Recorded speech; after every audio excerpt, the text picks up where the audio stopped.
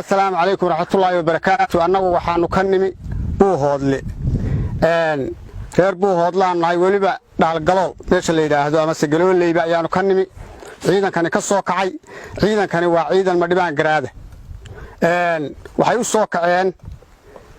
soo kaceen halganka laascaanood lagula jiro nimanka argagixisada Islam Islam annaga kaasaan noo dhaxaa ilaa xataa qayuun habad baa noo dhaxa halkaasaanu kala dhacaynaa annagu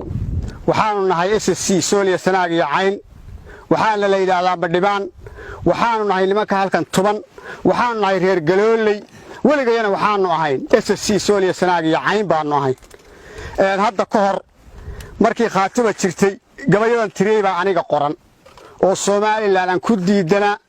oo aan ku diiday Soomaaliland oo aan lahaa majeerteen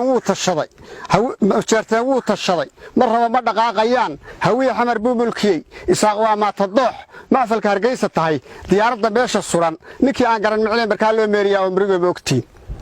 dhulbaanta umaanka waa hunguriga meelisko kuwii maatiya caruur baroomada marinayee maydkiina xabaalay mashxaradii daba wada mooshinkay dhiganayeen miiskii wada hadalka yiil ninkii baashihii lagu maqolasay madaxa feed lagala dhacay waliba maag loogu daray waa muriga moogtiin Buuhoodlan maanta tagay Buuhoodle BM ka mushaaxiyo mujaahidka saaran iyo madfacatu tahaleh iyo salaaga ku meersan iyo garoonka maqayqan iyo magaalada bilicda iyo mashxaradii dumarka iyo garoonka la meeriyo silaaya ka maarmo ilaaha ma hadalay macana khaatumada waa Ali Khaliif markuu Ali Khaliif haystay yay ahayd ilaahay naxariista jannaha siiyo ilaa bariga annagu Soomaaliland ol baanu ahay inta dadku culuubin yaan halka xabad iska dhici jiray hadda tarakaasaan u haynaa hambada hadhay ina kaahin iyo ina koorena waa soo qabanayna hadda tarajiida hore laascaanood baan joognaa anaga kaasaan noo balana habar isaaq iyo waxba la hadhi banaanka isu keen soo saaro annaga badhibaan garaad baan la yiraahdaa badhibaan garaadina la yiraahdana soo hadimu kala degaa madhibaan annagu SSC baan la degnaa SSC baan qoodiga qaadan la nahay SSC baan la noolay Sool Sanaag iyo Cayn dhulbaanta wuxuu baxana